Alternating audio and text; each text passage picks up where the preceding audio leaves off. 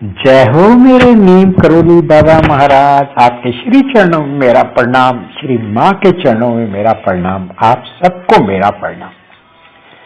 देखें, बाबा जी ना मृत्यु से भी बुला लेते हैं वापस। बाबा जी के यही तो है, बाबा जी ने प्रकृति को अपने काबू में रखा हुआ है। देखें, अब मैं आपको सुनाता हूँ एक बात, जहाँ बाबा जी ने मृत्यु से कितने लोगों को वापस बुलाया।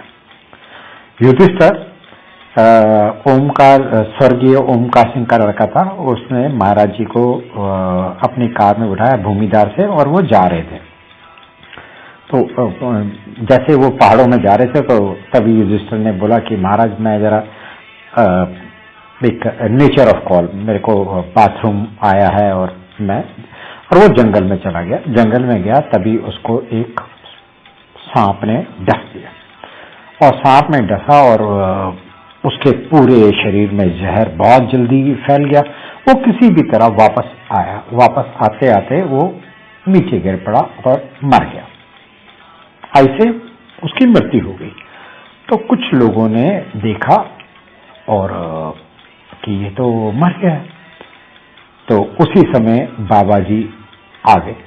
बाबा जी ने बोला, अरे इसको कुछ नहीं हुआ। बाबा जी ने अपना कंबल उतारा और बाबा जी ने युधिष्ठिर के शरीर के ऊपर डाल दिया और उसको उठाया और वो बोला, क्या कर रहे, क्या नखरे कर रहे, चलो उठो। और बोला, चलो गाड़ी चलाओ। जो आदमी की मृत्यु हो गई है उसको बाबा जी ने उठाया, उसको बोला चलो गाड़ी चलाओ, और वो उसको ले गए 60 किलोमीटर दूर ले गए रानीखेत। फिर रानीखेत में उन्होंने उसको बोला चलो कुछ खाओ, फिर खिलाया। फिर वो वापस आश्रम आए। कितने, मतलब आपने अगर देखा होगा रानीखेत आश्रम, कितनी मोड़ हैं, कितने वो पहाड़ हैं। वो आए और उसके बाद वो बिल्कुल ठीक हो गया। तो भूमिदार आए और उसके बाद बाबा जी ने बोला ठीक है, अब ये ठीक हो गया, और वो चले गए। पर उसके बाद ब्रह्मचारी बाबा जो थे उन्होंने बोला कि बाबा जी कुछ दिन तक ना आश्रम से बाहर नहीं निकले, ना किसी से मिले। उनका पूरा शरीर काला हो गया था। वो इसलिए काला हो गया था क्योंकि शायद क्या, ये तो पक्की बात है कि बाबा जी ने वो पूरा जहर, वो उसकी मृत्यु को अपने ऊपर ले लिया था। और कुछ दिनों के बाद फिर बाबा जी निकले। ओ मेरे बाबा जी, जय हो मेरे बाबा जी। अब ये देखो, अब ये जो दूसरी बात है, 1968 की बात है। केएस सिंह जी की जो वाइफ थी ना, वो क्रोनिकल बाउल सिंड्रोम, मतलब लूज मोशन और ये सब कुछ से गुजर रही थी, और वो बिल्कुल हड्डी बन गई थी, स्केलेटन हो गई थी। बहुत खर्चा किया, बहुत ज्यादा दिखाया, कुछ फर्क नहीं पड़ा। तो केएस सिंह जी ने और डॉक्टर चेंज कर दिया, और डॉक्टर एसी दास जी को बोला कि आप इनका ट्रीटमेंट करो, और एंटीबायोटिक खाई दी, वो मतलब डाइट्स जो होती हैं कि ये खाओ वो खाओ, कोई फर्क नहीं पड़ा। तो एक दिन क्या हुआ, वो अपने बिस्तर में बैठी हुई थी, वो बड़ी भक्त थी बाबा जी की। देखिए मेरी बात सुनिए, केएस सिंह जी और उनकी वाइफ बहुत ज्यादा भक्त थी उनकी। तो वो स्केलेटन हो चुकी थी, हड्डियां हो चुकी थी, तो वो कुछ खाने लगी। तभी वो उनके हाथ पैर कांपने शुरू हुए और वो अपने बिस्तर में गिर गई। और सामने ही दीवार पे बाबा जी की फोटो लगी थी, मतलब बिल्कुल फ्रेम फोटो लगी थी, और वो धड़ाम से नीचे गिरी। सबको लगा कि ये टूट गई है, इसके ना मतलब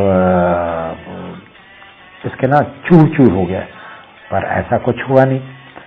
और उसके बाद क्या हुआ कि सबने सोचा कि अब ये तो केएस सिंह की वाइफ, तो इनकी तो मृत्यु हो गई है, सब रोने लग पड़े।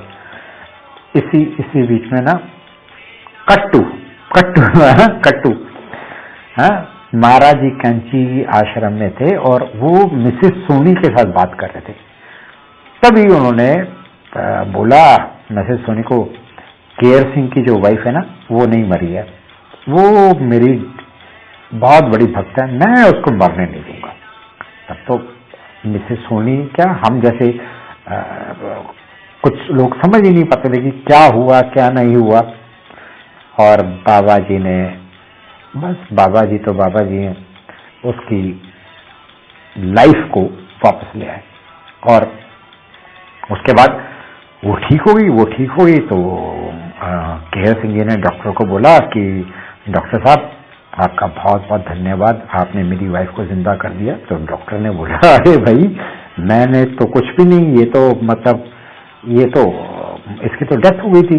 पता नहीं, आप जिसको भी मानते हो आप उसको थैंक यू बोलो, जिस भी भगवान को आप मानते हो उसको थैंक यू बोलो। इट इज नथिंग इन मी कि मैं 1982 में क्या हुआ कि कुछ भगत ना बाबा जी के कैंची आश्रम में आया। तब मिसिस सोनी ने केहर सिंह को बोला कि बाबा जी ने ऐसे ऐसे बोला था कि किसी है ना कि मृत्यु हो रही है। तो केहर सिंह देखो, बाबा जी ने किसी को कुछ नहीं बोला, बस बाबा जी ना आंसर देते हैं उसको जो उसका भगत है, देते हैं। बाबा जी मृत्यु से वापस बुला लेते हैं। और मैं आपको बताऊंगा, अभी मैं आपको ना अभी आप ना आने वाला मेरा जो वीडियो है परसों तरसों, उसमें भी सुनना कैसे वीवी गिरी जो प्रेसिडेंट ऑफ इंडिया थे, उनकी वाइफ को भी बचा लिया और एक और को बचाया। तो ऐसी मैं आपको कथाएं सुनाऊंगा, लीलाएं सुनाऊंगा। श्री नीम करोली बाबा जी, आपके श्री चरणों में मेरा प्रणाम, श्री माँ के चरणों में मेरा प्रणाम, आप सबको मेरा प्रणाम।